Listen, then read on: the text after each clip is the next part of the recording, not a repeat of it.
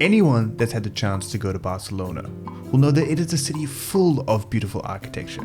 The regimented city blocks create these wide open spaces, and spitted in between them is Gothic style architecture or Art Deco. But there are a few buildings in this stunning city that stand out, and none more so than the genius work of that of Antoni Gaudi. And perhaps the greatest in this group is his magnum opus, the Sagrada Familia, or its full name, Basilica y Templo Expiatori della Sagrada Familia. So we're here in Barcelona, the not so sunny Barcelona in Catalonia in Spain, and I'm so excited because I've wanted to see this building my whole life as a former architectural student and architect, and this is, in my opinion, one of the most magnificent buildings of the modern architectural era. And it is also one of the longest ongoing construction sites in the world. The first stone of this building was actually laid in 1882, and more than 100 years later, as you can see, it's very much still under construction. But we can go inside and see this magnificent piece of architecture.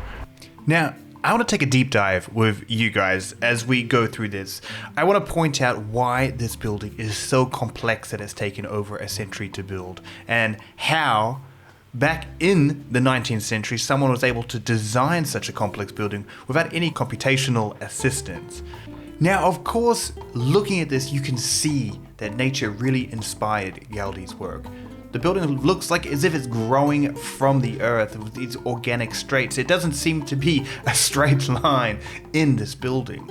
But nature in this case actually did a whole lot more than just inspire Gaudi. It helped design this building, and is one of the main reasons why it is so complex. Well, this building was designed in a remarkable way. Gaudi built a model upside down, made from strings and chains. And this is what created the fundamental outline or organic shape of the Sagrada Familia. Now, despite this being Gaudi's greatest work, Gaudi actually wasn't the one that initiated this project, and he wasn't even the first architect on it. This project was initiated in 1866 by Joseph Maria Bacabella, who founded the Spiritual Association of Devotees of St. Joseph, and he gave birth to this project.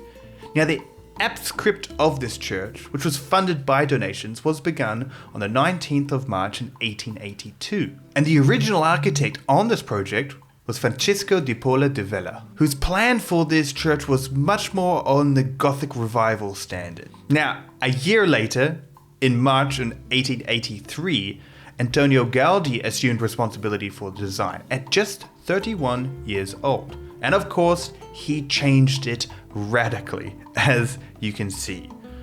Now, while construction has been going for nearly 140 years, even back in the 1920s, when people were asking why this church was taking so long to finish, Gaudi famously would quip that his client is not in a hurry. And his client, of course, he was referring to God. Now, Gaudi only lived to see about 20% of this building finished, and it's estimated to be about 70% complete now. And if you assume the same rate of construction, we will see this building finished around 2060, almost exactly 200 years after the first stone was laid, which is, well, insane by modern standards, but when you look at the complexity of this building, its historical importance, and the average time of which basilicas throughout history have taken to build, it's actually not that far off the standard. Now, when finished, the basilica will have three grand facades: the Nativity facade to the east, the Passion facade to the west, and the Glory facade to the south, which is the only one that is yet to be completed. Each facade is dedicated to a different period of Jesus' life. The Nativity facade is a dedication to his birth. The Passion facade is dedicated to the passion of the Christ and the suffering of Jesus throughout his life and crucifixion. And the Glory facade is dedicated to the celestial glory of Jesus. It represents the road to God through Jesus. The Nativity facade was the first to be completed, and the only facade that Gaudi himself actually saw. And this was meant to form kind of a guide to the rest of the building. And in this facade, you can see Gaudi's inspiration of nature. It is decorated with themes reminiscent of the elements of life, characteristics of Gaudi's naturalistic styles in the sculptures that are ornamentally arranged and decorated with scenes and images of nature. Now, this facade faces the rising sun in the northeast and is a symbol of birth. It's divided into 3 portions, each which represents a theological virtue: hope, faith, charity. And the tree of life rises above the door of Jesus in the portico of charity. Now, the nativity facade is full of decoration. It is immensely decorated. There doesn't appear to be a single blank wall in it. But this is actually highly contrasted to the Passion facade, which is much more austere and plain. Dedicated to the passion of the Christ and the suffering of Jesus through the crucifixion, the facade was intended to portray the sins of man. Now, construction began of this facade in 1954, and it follows the drawings and instructions left by Gaudi for future architects and sculptors. The steeples were completed in 1976, and in 1987, a team of sculptors, headed by Joseph Maria Subirach, began work sculpting the various scenes and details of the facade. Now, I love the sculptures that are used in this. It's one of my favorite aspects of the building because it is so immensely different to what we see in basilicas of the same period. They do not share the same realism that you see in other basilica and cathedral statues. These follow a distinct artistic style. Facing the setting sun, indicative of the symbolic death of the Christ, the Passion facade is supported by 6 large inclined columns which appear to magically hold up the building and is part of that original design, that inverted design that Gaudi did. Now, the final facade, the Glory facade, began construction in 2012. And this will actually function as the main entrance of the building once it is completed, but remains very much under construction today. And when it is finished, it will actually extend over the road into the adjacent buildings. And there's actually a court case being fought from the residents here because this entire block will need to be destroyed to make place for this entrance. Now, just like the outside, the interior of this building is a masterpiece. And this is where you really feel, and this is where you really feel the genius of Gaudi and that connection to nature. Hard to describe the feeling that you get in here, where you really feel like you're in nature under a canopy of a tree with the sun poking through, and the seasons of the days changing around you as you walk with the different colors of the stained glass windows. It's a remarkable feeling that I don't think you can repeat anywhere else.